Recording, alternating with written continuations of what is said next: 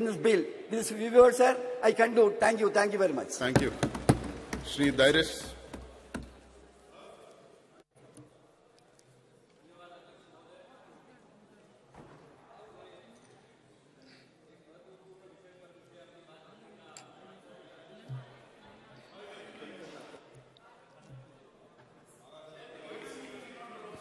It's not working.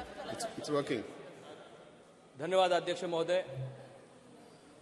मैं भाग्यशाली हूं कि आप सभी लोगों के समवेत एक सदन से लेकर दूसरे सदन का प्रवास एक लोकशाही के माध्यम से विकास यात्रा का रथ आप सभी लोगों ने अपने कंधों पे लिया और मोदी जी के कुशल नेतृत्व में नई संसद में नई उम्मीदों के साथ हम लोग एक साथ भारत को, अखंड भारत को आगे ले जाने के लिए, मोदी जी के हाथ सक्षम करने के लिए एक साथ काम कर रहे हैं।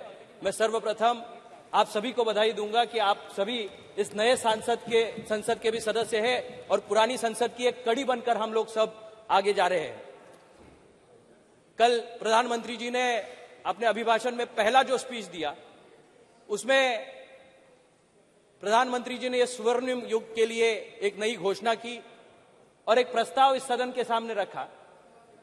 50% जो आबादी हमारे देश की है वो महिलाओं की है और जो मातृसत्ता मानने वाला देश है, जिसकी बीजें बहुत पुराने काल से इस देश में है, लेकिन उसका योग्य तरीके से सम्मान नहीं हुआ था।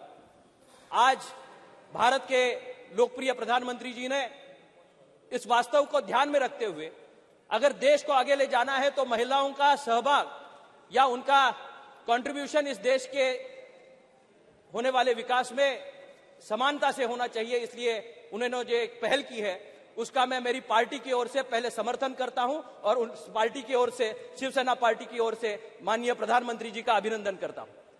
यह प्रस्ताव बहुत बार लोकसभा में आया, राज्यसभा में भी आया। सिर्फ प्रस्ताव आने से वो मंजूर नहीं होता, उसके लिए बहुमत की जरूरत होती है और ये पहली सरकार है पूर्ण बहुमत के साथ इस प्रस्ताव को इस सदन में लाई है जिसके माध्यम से ये पारित भी हो जाएगा। निश्चित रूप से आने वाले समय में 15 साल के लिए महिलाओं को मुख्य प्रवाह में लाने के लिए एक नई पहल प्रधानमंत्री जी ने की। मैं जिस संसदीय क्षेत्र से आता हूं अध्यक्ष महोदय, वो एक कोल्हापुर जिला है जो शाहू महाराज की नगरी है। शाहू जी महाराज ने पहले आरक्षण की देन इस देश को किसी ने दी होगी तो वो छत्रपति शाहू जी महाराज ने दी। आरक्षण की जो व्यवस्था बनाई गई वो शाहू महाराज जी ने अपने कार्यकाल में बनाई और उसी को आगे ले जाते वक्त डॉक्टर बाबा साहेब अम्बेडकर ने अपने संविधान में, जो सर्वोच्च संविधान है, उसमें उसका प्रावधान किया और आरक्षण आज यहां हम हर एक तबके के लोगों को देने का काम करते हैं।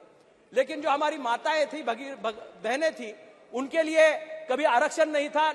पंचायत लेवल पे पंचायत में काम करने वाली महिलाओं के लिए आरक्षण है 50% रिजर्वेशन ग्राम पंचायत में है, जिला पंचायत में है, नगर पालिका में है। लेकिन जहां उनके लिए लॉ बनाने की है या फिर उनके लिए कोई ना कोई कायदा बनाना है, इंप्लीमेंटेशन एजेंसी में महिलाओं का सहभाग था लेकिन कानून बनाने में उनका सहभाग नहीं था। जो महिलाएं आज इस सदन में आई है वो अपने कर्तृत्व पे अपना नेतृत्व स्थापित करके यहां पे आई है। मैं पहले उन महिलाओं का जिन्होंने भी आज संसद में किसी भी आरक्षण के बिना अपना स्थान प्रस्तापित किया है, उन सभी माता भगिनों का मैं तहे दिल से अभिनंदन करना चाहूंगा, क्योंकि तब रिजर्वेशन नहीं था सर। आज मोदी जी की वजह से 33% रिजर्वेशन की बात हो रही है। इनके लिए कोई रिजर्वेशन नहीं था। उन्होंने अपने बलबूते पे पहला संघर्ष अपने कुटुंब से करके राष्ट्र में पहुंचने के लिए, सर्वोच्च सभागृह में पहुंचने के लिए बहुत बड़ा संघर्ष सारे महिलाओं ने किया है। मेरी माँ भी इस सदन की एक सदस्य थी। मैं छोटा था तब उनके साथ यहाँ संसद में आता था और मैं उनको बात करते देखता था। 5 बार वो लोकसभा का चुनाव लड़ी, 3 बार हारी और 2 बार जीती। मैं अभिमान के साथ कहना चाहूंगा कि एक महिला का संघर्ष, उसका बेटा होते के नाते मैंने इनका परिवार का सदस्य होने के नाते मैंने नजदीक से देखा है। मेरे पिताजी का निधन सिर्फ 3 साल का था, मैं तब हुआ था, लेकिन उसके बाद एक औरत होने के नाते जिस संघर्षपूर्ण भूमिका से सिर्फ घर का नहीं इस राष्ट्र का भी प्रतिनिधित्व करने का काम मेरी मां ने किया, मैं अभिमान से कहना चाहूंगा कि यही वो संस्था है जिसको एकजुट होकर प्रगल्भता से आगे बढ़ाने के लिए प्रधानमंत्री जी ने एक नई ऊंचाई प्राप्त करने के लिए सारी महिलाओं को एक दान दिया है। मैं जिस जिले से आता हूं वो तारा रानी का जिला है। रानी लक्ष्मीबाई हो, तारा रानी हो, झांसी जी की रानी हो, कितनी तो रानियां हैं जिन्होंने इस देश में अपना अस्तित्व, राज्य अपने बलबूते पर प्रस्थापित किया। लेकिन आरक्षण की इस देन की वजह से सिर्फ महिलाओं को इसका उत्कर्ष करने की कारण नहीं है। जब मैं कल इसका विवेचन प्रधानमंत्री जी कर रहे हैं तो बहुत लोगों को शंका आने लगी, सबसे ज्यादा पुरुष लोग डर गए। अभी क्या होगा, आरक्षण आया तो क्या होगा, कल की बात क्या होगी। 33% आरक्षण होने के बाद बहुत लोगों ने अपनी बीवियों का नाम सोचना शुरू कर दिया, बहुत लोगों ने अपने बच्चों का नाम सोचना शुरू कर दिया। लेकिन ये आरक्षण अपने बीवी बच्चों के लिए नहीं है, वो बच्चों के लिए है जो कभी इस सदन में आ नहीं पाए, वो जिला परिषद पंचायत में सीखने वाले बच्चों के लिए है। हमारे बच्चे कहीं भी कर लेंगे, लेकिन उन बच्चों का भविष्य बनाने के लिए मोदी जी ने यह निर्णय लिया और निश्चित रूप से उन बच्चियों का भविष्य इस समृद्ध भारत का हिस्सा होने में यहाँ उनका योगदान होने वाला है। मैं मोदी जी का अभिनंदन करते हुए इस प्रस्ताव का समर्थन अपनी पार्टी से जरूर करूंगा।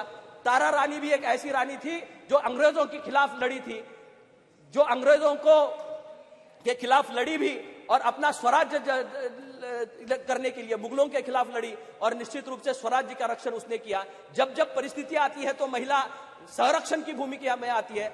नम्रता उनके पास है, ममता उनके पास है, उनके पास विजन है और न्याय की भूमिका से जब वो आती है, एक माँ की भूमिका से जो आती है, इस भारत को हम लोग माता कहते हैं और इस माँ भारती की सेवा के लिए उसकी बेटियां आज भारत की इस सबसे बड़े सभागृह में आने वाली है। उनके स्वागत के लिए संसद निश्चित रूप से आगे बढ़ेगी और हम जैसे जो लोग हैं इसके समर्थन में खड़े हैं। मैं अपनी पार्टी की ओर से इस बिल का समर्थन करते हुए अपने शब्दों को विराम देता हूं। बहुत बहुत धन्यवाद। शिवसेना की ओर से कविता सिंह जी।